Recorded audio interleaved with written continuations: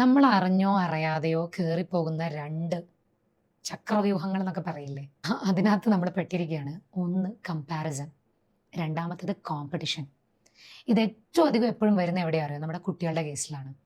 നമ്മളിതിൻ്റെ മുന്നത്തെ സീരീസിൽ അതിനെപ്പറ്റി കുറേ കാര്യങ്ങൾ പറഞ്ഞിരുന്നു, എക്സാം പ്രിപ്പറേഷൻ അല്ലേ.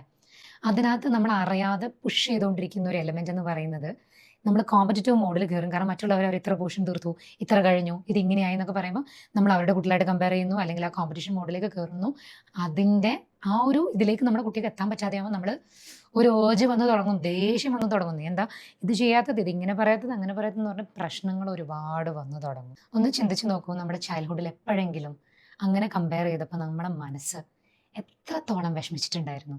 ഒട്ടും കമ്പയർ ചെയ്തിട്ടേ ഇല്ലാത്തവരാണ് എന്നുണ്ടെങ്കിൽ ഈ വീഡിയോയിൽ ഇത്രയും നേരം നിങ്ങൾ വെയിറ്റ് ചെയ്യില്ലത് കേട്ടിട്ടും കണ്ടിട്ടും അല്ലേ. അപ്പം നമ്മുടെ കുട്ടിക്ക് എത്ര വിഷമം വരുന്നുണ്ടാവും. പക്ഷെ ഋഷി, എനിക്കിതൊക്കെ അറിയാം, എനിക്കിത് അറിയാഞ്ഞിട്ടല്ല, ഇതിനൊക്കെ സമയം വേണ്ടേ, സമയം മാനേജ് ചെയ്യാൻ മാത്രം ആവണ്ടേ. സമയത്തിന് മാനേജ് ചെയ്യല്ല, അതിന് നമ്മൾ ഇഷ്ടപ്പെടുന്ന രീതിയിലേക്ക് നമുക്ക് വേണ്ടി ഉള്ള ലെവലിൽ വർക്ക് ചെയ്ത് കൊണ്ടുവരാൻ പറ്റും. നമുക്ക് ഈവൻ 3 ദിവസം കൊണ്ട് നമുക്കത് ചെയ്യാൻ പറ്റും. And it's just A message away. And remember, answer sheets are not the end of the life. It never was.